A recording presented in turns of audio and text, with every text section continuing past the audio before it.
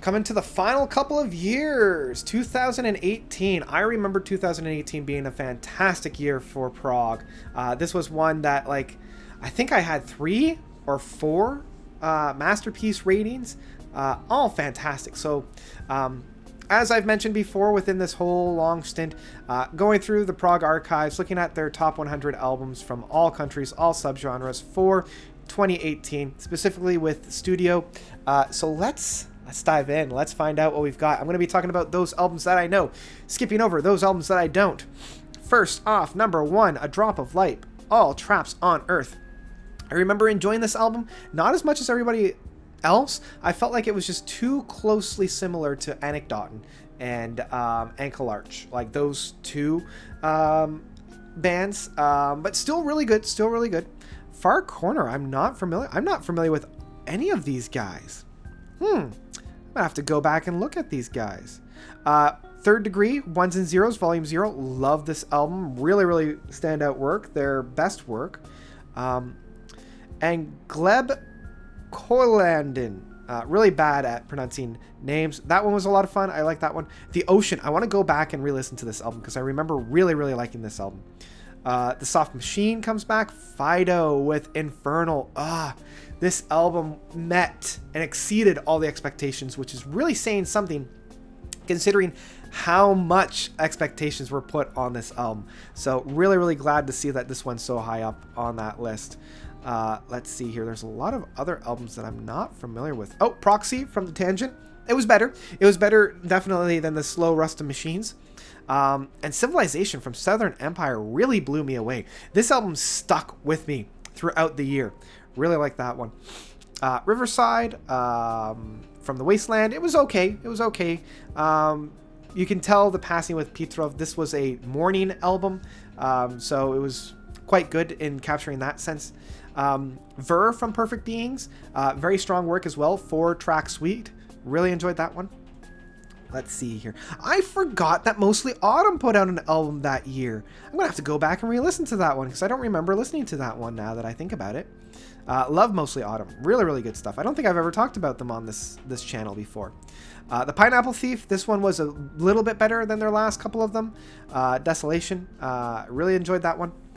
Let's see here. Voivod. That was fun. The Wake. I think I can't remember if I talked about that one. Seas of Change from Galahad. It was fun. Evership 2, again, a really strong work. I didn't know if they could recapture that same level of grandiosity that they did from the first album, but this one was really good. Lies and Butterflies from Mystery. A great album from them. Another really good addition to their overall discography. Another one from Richard Solblum, Gunfly with Friendship. I actually remember really liking this album. I think the first couple albums or songs from this album I really enjoyed listening to. Anna von Hasselhoff, Haswolf, that's it. Dead Magic. I do remember loving this album, but I never found a chance to actually talk about it. Very fun in that one. Petrichor from Kerr. I like this album, but I do feel like the guy needs to find his own sound and stop relying so much on past works, specifically Steven Wilson. Let's hear. Griffin. Is that the same Griffin? Let me just double check this. Just guys, tease. This is the fun of going on the fly. I don't think this is the Griffin that I'm thinking of. I'm just doing a new window. Maybe it is.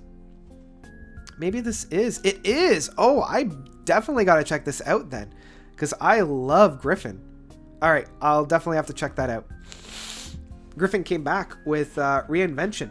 Interesting. I'll have to check that out. I'm excited to check this out now. I'm going to keep that on there so I can remember. What else do we have here? Wow, I'm not...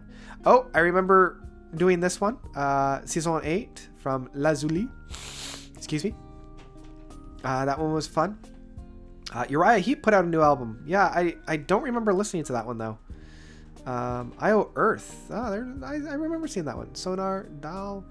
Galasphere 347. This was another album that received the Masterpiece Theater, or the Masterpiece status from me. One of 3 or 4, as I mentioned before. So we had Galasphere, Infernal was another one. I'm really hoping that the #1 album of that year is going to be on here. Between the Buried and Me, Automata 2.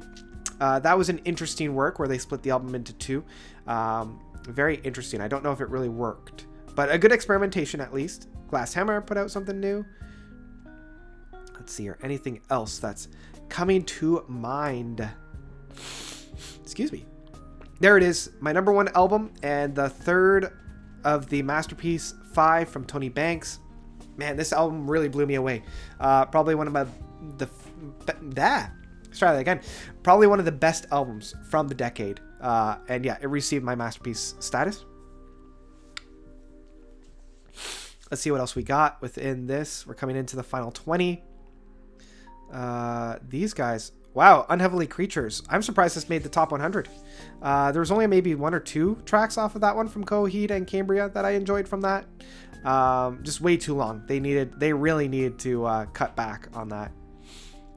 Let's see. Anything else coming into the final 5? Oh, I remember really liking that one from Terria, Seventh Wonder. There was a few tracks off of that. Oh, wow. Soyuz from Gazpacho creating the 100 spot. I remember not liking this album. I wasn't a big fan. Now that I think about it, I didn't see Demon from Gazpacho, which is one of my favorite albums that it is my favorite album that they put out in 2010 or the 2010s. And that wasn't found on this at all. Wow. Soyuz. Huh. And I didn't like Soyuz all that much. Like there were a few moments that I really enjoyed from Soyuz, but yeah, overall it wasn't their best work. So yeah, that looks like that's 2018. I remember really, really liking the albums from this year. Some really, really fantastic works. 5 from Tony Banks, Galasphere 347, and Infernal from Fido. All brilliant, brilliant works. And there were also some really, really fun outfits as well. Between the Buried Me, there's 347 from Galasphere.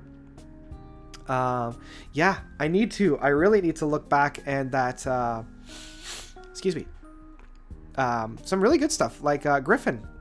And I'm going to go back and do the same for, I don't know if it was this one or if it was another year, but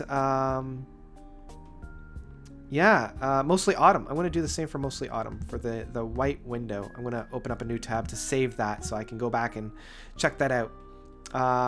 Ver, yeah, love that one. Civilization from Southern Empire, very, very good work. Yeah, there's Infernal, number 11. I would have moved that higher, but oh right, I remember really liking The Ocean from the Phanerozoic Paleozoic time. Really, really good stuff. But these first, like these guys here, I don't remember at all.